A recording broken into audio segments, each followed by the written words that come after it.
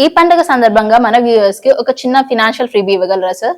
Definitely ఇందాక మీరు చెప్పినట్టుగా సంక్రాంతి అంటే కనుక భోగి పళ్ళు దగ్గర నుంచి స్టార్ట్ చేసుకొని మనం ఏంటంటే పండగ రోజు చేసుకునేటువంటి హడావిడి కావచ్చు, హరిదాసులు కావచ్చు, గొబ్బెమ్మలు కావచ్చు, కైట్ ఫ్లయింగ్ అనేటువంటిది.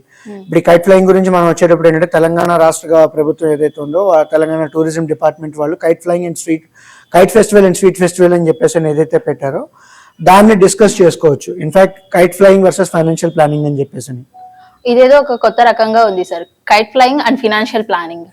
Definitely make your finances fly high అని చెప్పేసి ఇవాళ ఎపిసోడ్ ఏదైతే ఉందో మనం డెడికేటెడ్గా కైట్ ఫ్లయింగ్లో తీసుకునేటువంటి స్టెప్స్ ఏవైతే ఉన్నాయో దాన్ని మనం ఫైనాన్షియల్ ప్లానింగ్తో కోరిలేట్ చేసుకొని మనం కావాలి అంటే మాట్లాడుకోవచ్చు. జనరల్గా కైట్ ఫ్లయింగ్లో ఏంటంటే 3 మేజర్ పార్ట్స్ ఉంటాయి. అంటే ఎగరేయడానికి ముందు ఇనిషియల్ స్టేజెస్ ఆఫ్ కైట్ ఫ్లయింగ్లో, తర్వాత గాలిపటం కొంచెం బాగా పైకి వెళ్ళిన తర్వాత ఏం చేయొచ్చు అనేటువంటిది ఈ 3 మేజర్ పార్ట్స్ కింద మనం డివైడ్ చేసుకొని డిస్కస్ చేసుకోవచ్చు.